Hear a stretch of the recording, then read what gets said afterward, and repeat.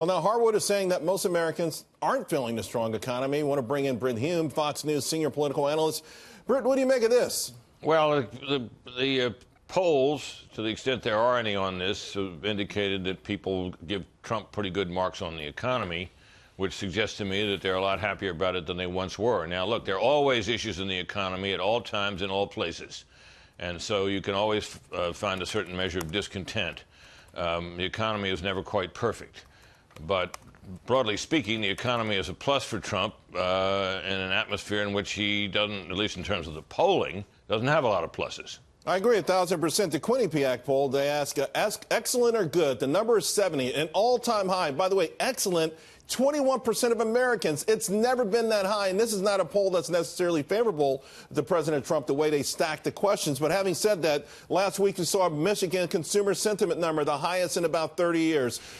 John Harwood is saying, well, there's going to be inflation, and that's hurting people. But, Britt, people aren't buying cars. They're buying SUVs. They're buying pickup trucks. They're buying crossovers. So what we see in actuality doesn't match the naysayers. In this case, a naysayer who has major disdain for the president. Well, I think that's a factor in the reactions that you see, and one of the things you have to try to do as a journalist is set your personal preferences aside to some extent so that you can make some sort of a neutral judgment on the information before you. The facts that you've cited seem to me pretty compelling and would suggest that John is off base here. I want to ask you about this one, of course. Brett Kavanaugh denying sexual misconduct allegations, and he says he's willing to testify on these allegations. Now, do these accusations, do you think ultimately they will stop him from being confirmed, or is it too early to know? It's a little early to know. My guess is probably not, but that's just a guess.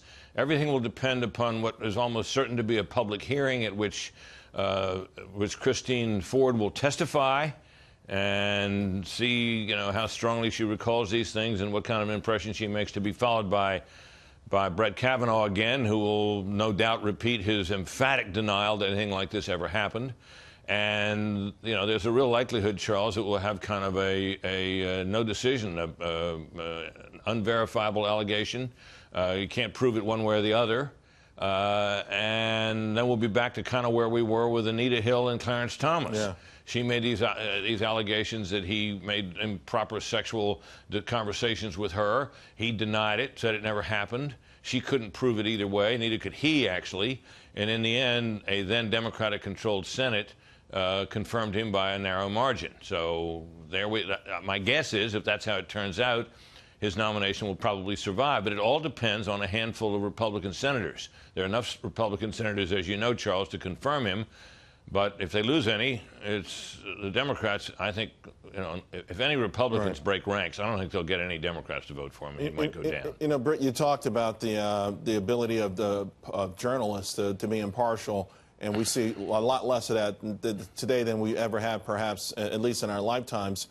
The same thing seems to be happening in D.C., but even worse, the ideological dividing line. And so you have to wonder, because this is going to be a gut call after both the accuser and the accused get a chance to speak, and you just have to wonder how much of them, how many folks or these senators are going to listen to what they're hearing or already have made up their minds. Well, I think the overwhelming majority of senators have made up their minds. It's going to come down to a handful, and the atmosphere in the hearing is likely to be much different from the atmosphere in the hearing during the Clarence Thomas and Anita Hill comment. After all, back then, Arlen Specter, Republican senator from Pennsylvania, openly accused Anita Hill of perjury. I don't think there's the slightest chance anyone on the Republican side is going to say that to this woman in this Me Too climate. That's just not going to happen. She's likely to be treated very, very gently. I mean, she may get some probing questions, but you're not going to see the kind of roughhouse stuff on her that you saw back then. And so it's a different atmosphere. Sure. And it'll all come down to whether a handful of senators on the Republican side determine that they can go forward. All right, Brit Hume, thank you very much. Always enjoy talking with you. Thank you, Charles. You too.